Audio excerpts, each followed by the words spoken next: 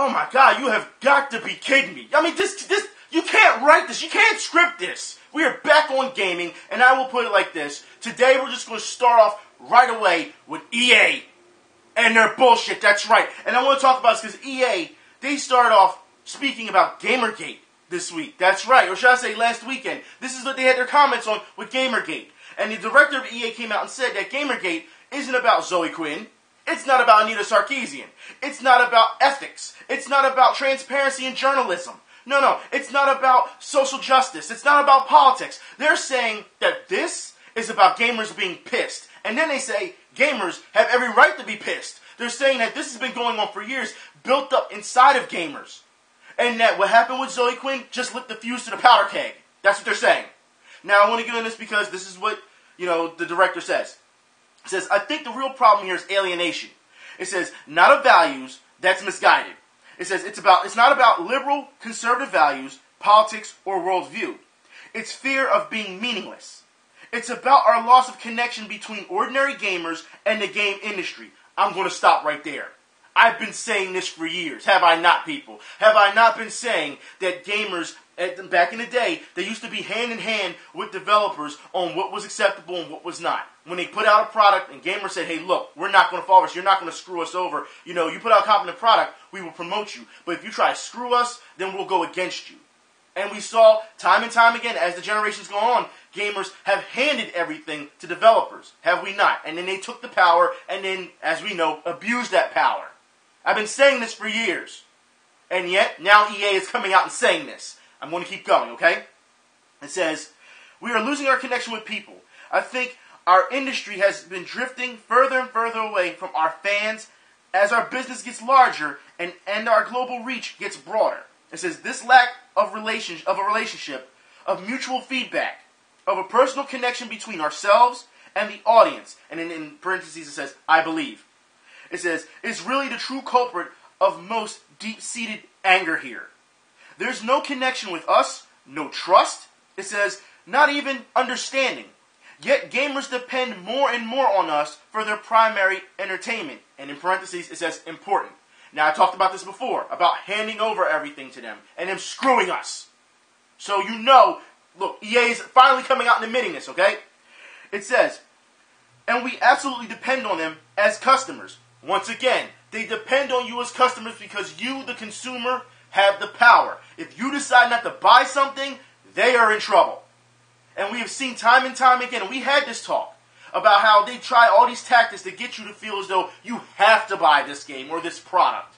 Or how they pay trolls to degrade anybody who has any type of criticism. We've seen this.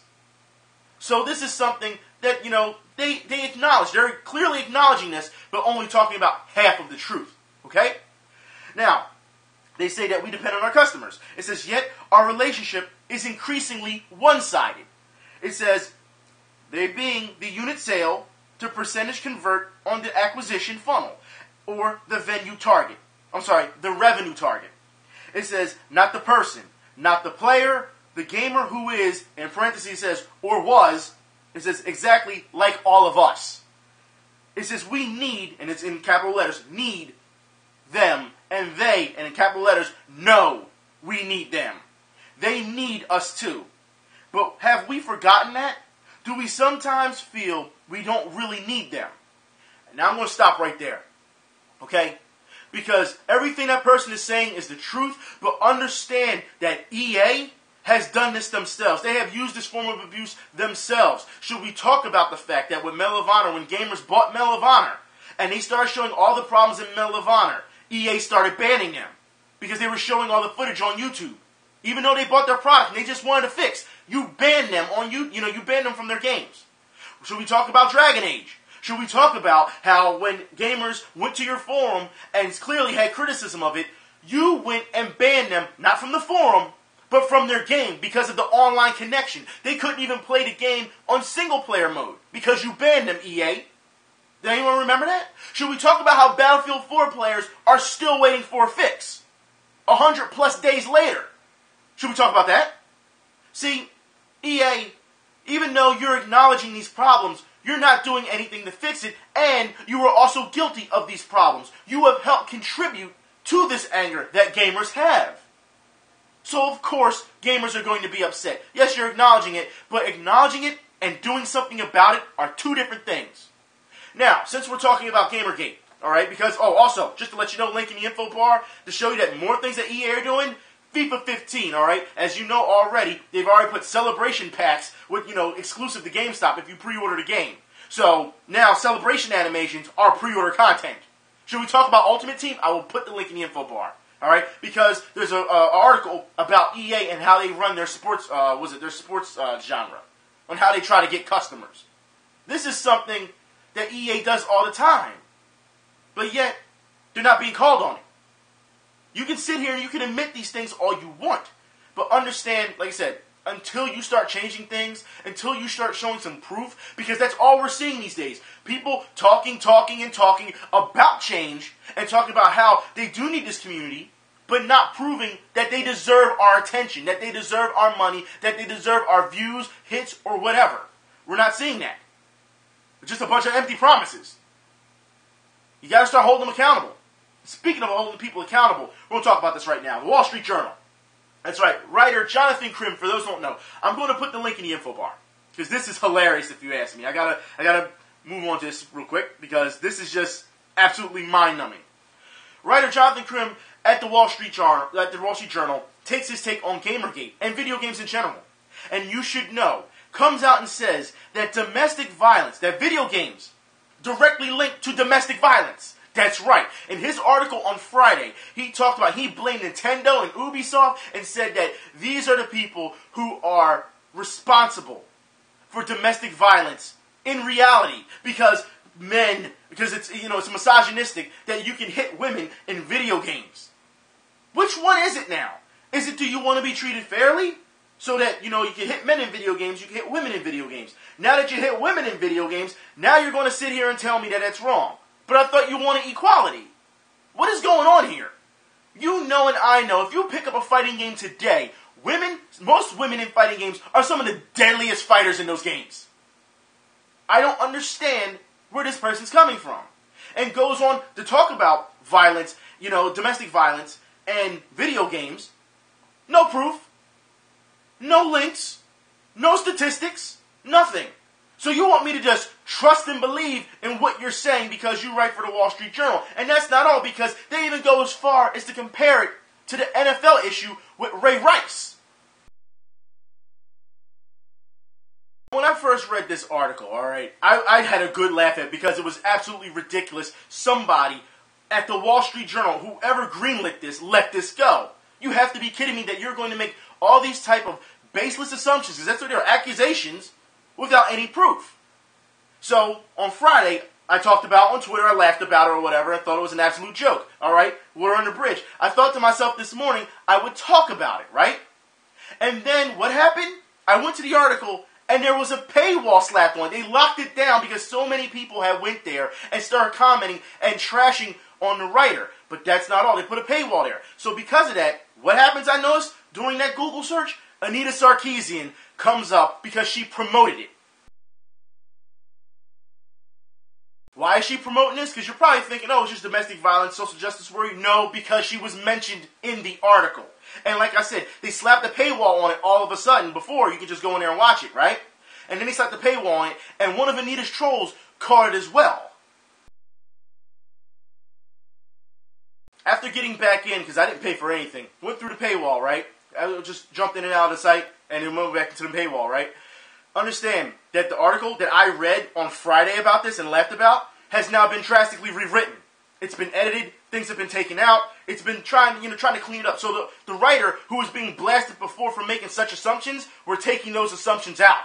That's right. And now the comments that are in the comment section are destroying them in a completely different aspect. Everything that the writer wrote about Anita Sarkeesian and Phil Fishy, as all these people about GamerGate, people are going fact for point, paragraph by paragraph, and picking him apart and showing him he doesn't know what the hell he's talking about.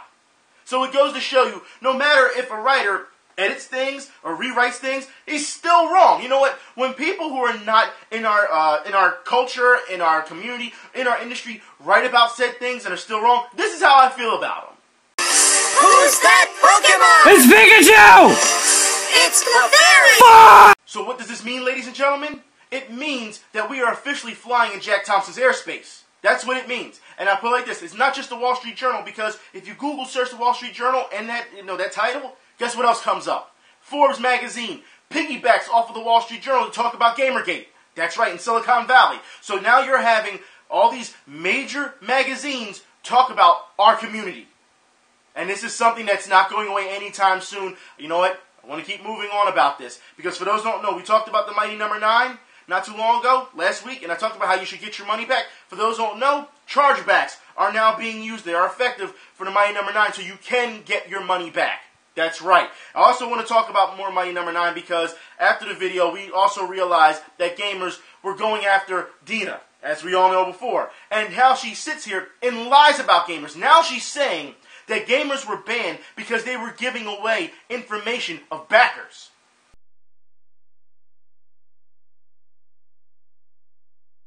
And once again, she was caught in another lie. Why? Because a gamer who was banned came out and said he was banned, and he never posted any screen caps or was even warned on their forum.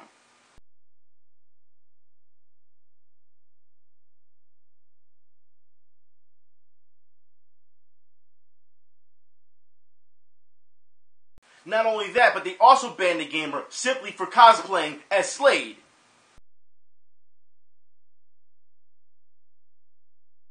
You know, at this point, I'm absolutely frustrated because you have to understand that this obviously, there's more to this. It's obviously bigger than what we know, and every week we keep seeing more and more information come out. I also get frustrated because for people who keep screaming, you have to be adult about it. You know, you have to be mature. This person did something wrong and then lied about it to cover herself instead of owning up to it. She could have easily said, look, I made a mistake. You know, let's just put it behind us, let's clean, you know, wipe the slate clean, and work on this as a community to make the product and make everybody happy. That's all you had to do. But instead, you decided to lie about it, and you got caught in your lie, and now it makes the situation worse. So if I'm a person who is still on the fence of getting mighty number 9 and saying, okay, well, this was an isolated incident, and then you start seeing another incident, and then another one, and it starts becoming like dominoes, and then you're like, wait a minute. Why should I give these people my money if this is how they're acting? Consistently now. I don't understand this. But we're supposed to, you know, be adult about these things. The same people who preach this garbage are the ones who sit here and act like they're the victim. I will put it like this, and I'm going to say this, alright? Because for those who understand what I'm saying. You cannot be an arsonist and start fires and then complain to the community and try to play the victim because you got burned starting that fire. And that goes to all of them. But it gets worse from here. That's right. Anita Sarkeesian. Let's talk about it again real quick, alright? Because, for those who don't know, now she's in classrooms talking her crap. Teaching children. There's a reason I'm showing you that picture today. Not to slander Anita or anything like that, okay? There's a reason.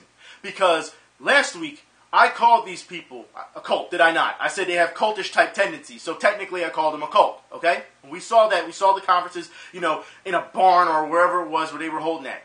Did we not? No. It's worse than that. That's right.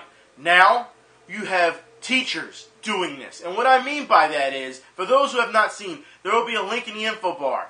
There is a white privilege conference. That's right. There's a video on this. White privilege conference.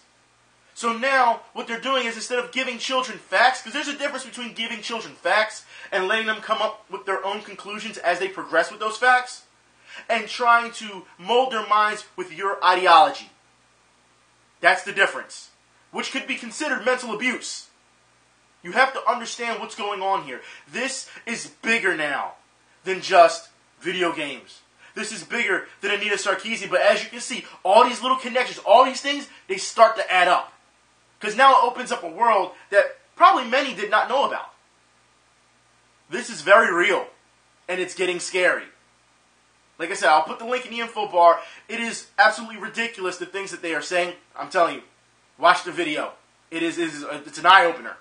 It is. Now, I do want to move on. I want to address something real quick about GamerGate, because some people last week thought that when I said GamerGate wasn't working, that meant that I didn't, I wasn't for it. Because I said it was only a month in, and people was like, well, what do you expect?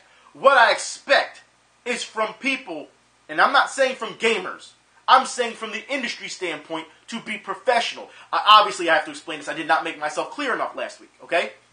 In the real world, if you have acted that way in the real world towards customers or any person in your job or actually in school, either way, all right? If you would have acted that way as the way that gaming journalists have acted for the previous month, saying that you should kill all men and things of that nature, guess what? You would have been relieved from your job. You would have been fired from your job by now. You in school, you would have been disciplined. They probably, if they really thought you were a threat to kill all men, guess what? They would have expelled you from school. They'd have kicked you out. But it seems like, since this is the real world anymore, we're in this blogosphere that people can just say what they want, even in their profession, and keep their jobs. That is absolutely ridiculous. For these companies to say they're professional, or they want to be taken seriously, somebody would have left by now. Somebody would have been fired. Don't sit here and tell me that that's okay. That's what I mean about GamerGate not working. Not that gamers aren't coming together and aren't rallying. No, they're doing that because GamerGate is working in that aspect. GamerGate is hurting them to an extent, but not to the point where people have lost their jobs. And they should lose their jobs for the way that they're acting because it's unprofessional. You cannot say things like kill all men and think that you can hold down a job. That is ridiculous. But hopefully that clarifies some things up, okay? Now I do want to move on to gaming news. Watchdogs, let's talk about this. Watchdogs, the Twitter account, I'm going to put it in the info bar, says that it won't have DLC for the WiiU. That's right. And then as soon as people start freaking out about it, the account pulled the tweet. So I will put that in the info bar, the article for that, alright? As well, in more DLC news, Hyrule Warriors will be adding Link's horse as DLC. So get ready for that, I guess, for, Hyrule Warrior fans. Also, despite glowing Bayonetta 2 reviews, sales in Japan seem grim. And Nintendo is not very happy with how much it sold. But I don't think Nintendo is catching on to the fact that the genre that it's in. You can't expect huge numbers from Bayonetta 2. I understand that Nintendo put a lot of money into it and backing. Trust me, Nintendo. The reviews, it's not just the reviews. As us gamers, as we've seen from Bayonetta, we're pretty hyped for it. We will see what happens when it comes out here, locally, because I'm going to get it myself. It should be interesting to see what happens. Also, in bad DLC news, if you ask me, Shadow of Mordor. You can wield the Ring of Power in DLC. So let me get this straight, okay? The biggest thing about Lord of the Rings, you put as DLC. You hide behind a paywall. Are you serious? You've got to be kidding me here. And the thing is, you should know, this is WB, so we saw what happened with the Arkham series. I'm not surprised that they did this. But they haven't learned their lesson. They just haven't. And you want to know why? Because people keep buying the game still. That's why. You saw what happened with Arkham Origins. People were so mad at Arkham Origins because all the bugs, the crashes, it was messing up their games. They couldn't finish the game. And what did WB do? They didn't fix the bugs or the crashes. They just threw DLC at you. And people was like, I'm outraged, and that I won't deal with this, and that I will not buy Arkham Origins, or I won't buy their DLC. I won't support Batman anymore. And then Arkham Knight trailer came out, and everyone got hype again. All it takes is a shiny trailer to hype people up. CG trailer at that. You've got to be kidding me. You have to stick to what with the facts. You can't let these things just mess up your mind. Like I said, I understand that gamers, and we have seen it time and time again, they have short attention spans, they have short memories, alright? And it's not all gamers, but understand that we have a lot in this community that forget things so quickly. But when something like this happens, the companies are like, if you're going to let us keep getting away with it, we'll keep doing it. And that's what we're seeing. I don't know, it upsets me. But GameStop wants to also sell used console DLC. Look, this DLC thing is gotten so out of hand, and some of you approached me on Twitter not too long ago about Persona. And for those who don't know what's going on with Persona, look at the list of DLC that is coming down in a fighting game.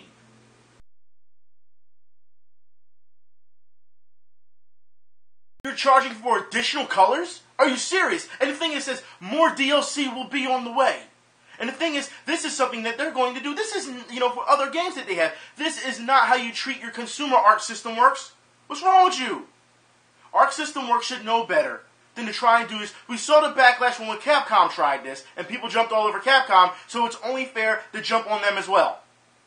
That is ridiculous. And as far as I'm concerned, until you fix this, I will not support you. And I like Arc System Works, but you can't do this and keep thinking, oh, if gamers keep buying into this, and the natural defense for that will be, it's optional. You don't have to get it. You've got to be kidding me. You cannot justify this. But yet, people will. I don't understand why. Because it's a game that they like, and they don't want to feel as though they feel bad for purchasing said game that they like. So then, we see a lot of justification, we see a lot of fighting over it. This is how, it gets started, my game is better than your game thing. My console is better than your console thing. This is how it starts. This is sad. Instead of looking at the truth and saying, look, companies got to stop this. Alright? Everyone needs to come together and stop. Like I said, there's a lot of things, because of what's going on with GamerGate, that are flying under the radar. And it's time that it's addressed. But, we'll move on. Speaking of addressing things, Destiny bug reveals unreleased content. Thanks, Bungie. Seriously, what are you doing here? That's not all. How Bungie drove gamers to break Destiny. And there's a nice write-up about it from this writer who says that, gamers had to go their way to get what they need in Destiny. And you know what? You shouldn't have to do that. We've seen time and time again, as we know, with the looting system, as we know, they followed a standard RPG grind system where you never know what you're going to get with random drops. But people are now starting to get upset about that. Because, as we know, they say it's not an MMO. They say, it's still a first-person shooter. They don't know what the hell they want to call it. So if you're not, like I said before, they want all the perks of an MMO, but they don't want all the backlash that you get with MMOs as well. And you can't have it both ways. Once again, you should be working around these issues instead of just cutting them out or saying, hey, we don't want to hear that. We're just going to cut things out completely. And I will talk about this, how Destiny has changed over the previous year. There's another nice little write-up about Destiny, and there's a lot of information in it as well. So if you're interested in Destiny and what's going on with it, I will put those links in the info bar for you, okay? Now, also, I got to talk about PlayStation Home. For those who don't know, it is shutting down March of 2015. That's right. So PlayStation Home will be gone soon. And it was always in beta mode. It never came out of beta, did it? I don't understand how you can keep something in beta and then shut it down. You gotta at least bring out a full version of it. We'll see what happens with PlayStation Home. I think that people are going to be very upset because I know a lot of gamers used to use it as like a Second Life type thing, which I don't know why. I don't think you need a Second Life type thing. But the interaction of what they did was kind of cool at the start. You know what I mean? You got in PlayStation Home, and you can, you can jump into your games and your lobbies from PlayStation Home. But then gamers said, why would I go to PlayStation Home just to do that? I can just go into the game itself and jump into the lobby, which is true. It seems like they had a lot of half-baked schemes when it came to PlayStation Home, but for the most part, people did enjoy it. There were enough people to keep it afloat for this long, so people did enjoy it. So, all right, I'm going to move on.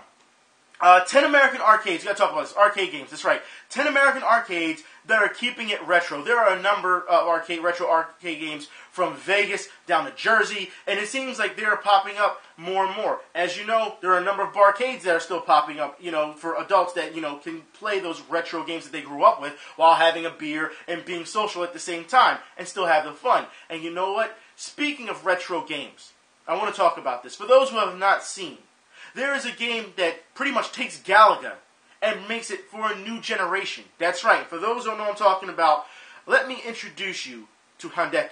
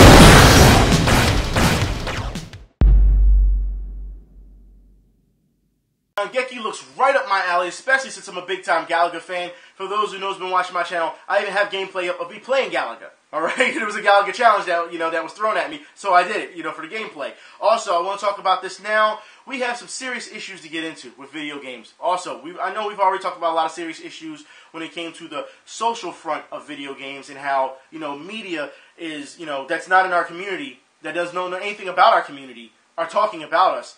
Now we have more government talk. That's right. For those who don't know, Darpa is turning Oculus into a weapon for cyberwar.